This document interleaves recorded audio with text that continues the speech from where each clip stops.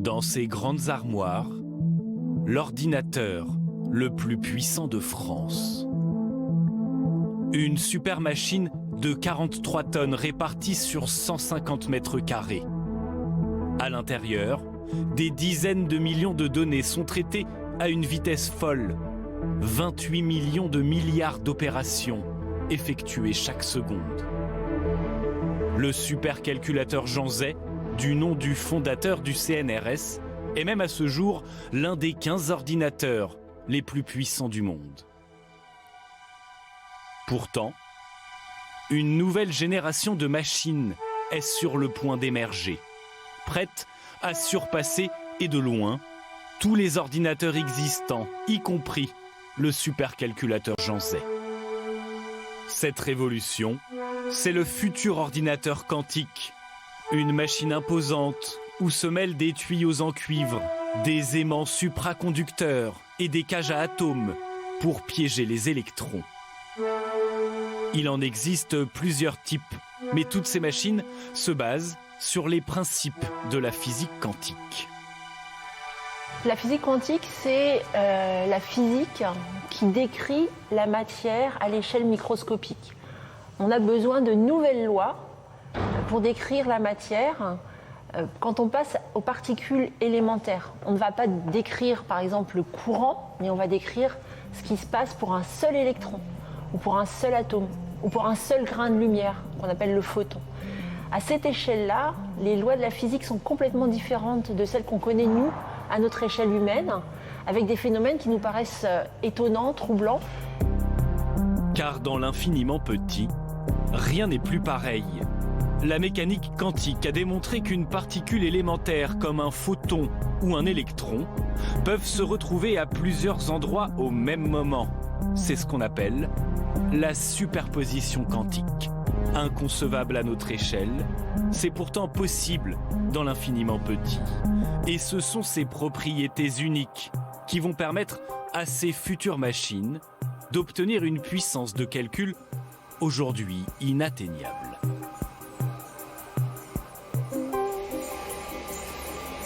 C'est compliqué de comprendre comment fonctionne cet ordinateur, mais je vais essayer d'en donner une image. On va prendre l'exemple d'un labyrinthe. Si, avec un ordinateur classique, j'essaye de faire sortir un personnage d'un labyrinthe, l'ordinateur classique va faire parcourir le labyrinthe de façon progressive au personnage. Le personnage va aller à droite, à gauche, noter les cul-de-sac, revenir jusqu'à trouver la sortie. Dans un univers microscopique où une particule peut être à droite et à gauche en même temps, vous voyez que l'ordinateur quantique pourrait faire sortir un personnage quantique qui pourrait aller à droite et à gauche en même temps beaucoup plus rapidement. Une vitesse incomparable, car la puissance de l'ordinateur quantique repose sur un nouveau langage informatique. Jusque-là, le langage utilisé dans les ordinateurs que vous connaissez est un langage binaire, basé sur le 1 ou le 0. Grâce à la superposition quantique, terminer le binaire, désormais l'information peut être partout, entre 0 et 1, ou voire dans les deux en même temps. C'est ce qu'on appelle un quantum bit ou qubit. Plus il y en a, et plus l'ordinateur quantique sera puissant. Si on pense au transport de marchandises avec des cargos, avec des caisses qui sont empilées les unes sur les autres, et il s'agit de livrer les personnes dans l'ordre, au bon endroit, avec les bons délais, etc.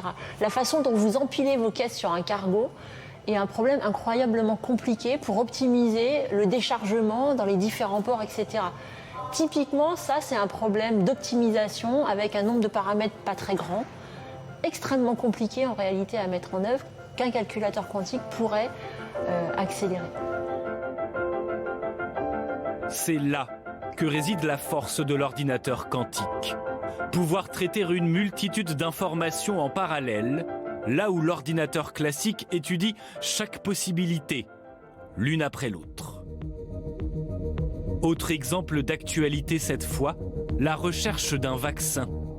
Trouver la combinaison de molécules adéquates se fera 100 fois plus vite avec un ordinateur quantique. Il sera également possible de prévoir de manière très précise la propagation d'un virus et son évolution à travers le monde. Au-delà de la santé, l'ordinateur quantique pourrait bouleverser le monde de la finance, du commerce et bien sûr du militaire.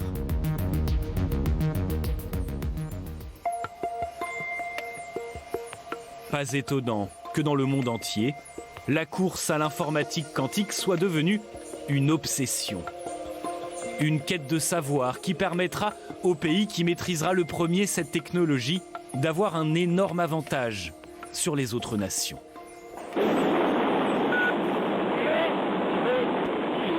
La Chine fait déjà figure de pionnière. Dès 2016, le pays envoie un satellite quantique en orbite autour de la Terre. Je déclare que la mission Expérience quantique à l'échelle spatiale est une mission accomplie. Le but de cette mission, mettre en place un système de communication inviolable. Car là encore, c'est l'une des propriétés de l'informatique quantique. Délivrer des messages totalement indéchiffrables qu'aucun autre système ne saurait décrypter. Et à la moindre tentative, le message quantique s'autodétruit, assurant ainsi une sécurité absolue des données. Une course à laquelle participent aussi les États-Unis.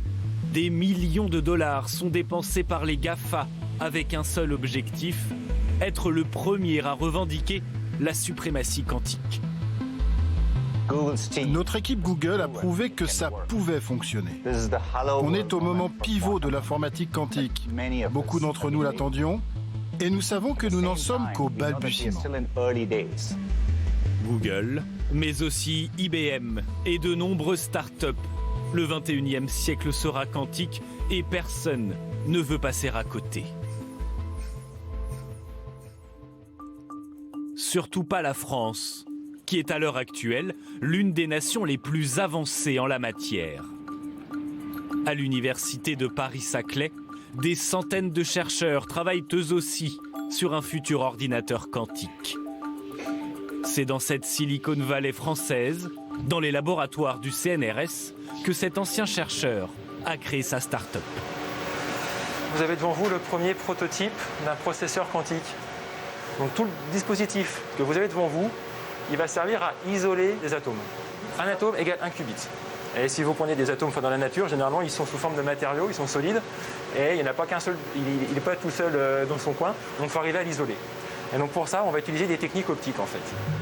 Cette drôle de machine sera peut-être considérée dans quelques années comme l'ancêtre de l'ordinateur quantique made in France. Un prototype ultra complexe où s'entremêlent câbles, tuyaux et loupes. En isolant les atomes, refroidis par laser, la machine produit ainsi des qubits et donc de la puissance de calcul qui servira peut-être à un futur ordinateur quantique. Donc ça, c'est des images qui sont prises et chaque point blanc que vous avez sur l'image, ça correspond au signal émis par un atome et un seul. Et ça, on en est sûr.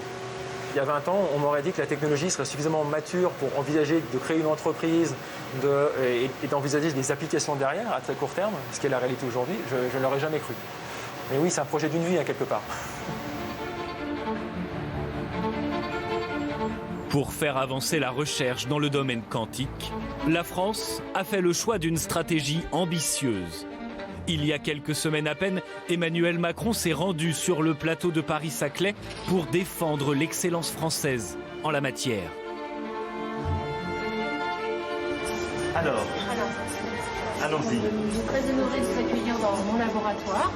Bonjour à vous. Pour le président, l'ordinateur quantique est une priorité stratégique pour garantir la souveraineté du pays. C'est pourquoi 1,8 milliard d'euros vont être investis sur 5 ans dans la quête de ce futur ordinateur. La France pourrait devenir le premier État à disposer d'un prototype complet d'ordinateur quantique généraliste. En triplant notre effort financier annuel, nous rejoignons d'ores et déjà le trio de tête des nations quantiques. Nous avons besoin de garder les talents, de garder aussi certaines technologies pour ne pas dépendre, en particulier des deux grandes puissances internationales qui nous concurrencent. Difficile de prévoir aujourd'hui quand Et qui sera le premier à mettre au point l'ordinateur quantique du futur? D'ici 2035, ce marché pourrait représenter près de 1000 milliards de dollars, mais il pourrait surtout bouleverser l'équilibre mondial.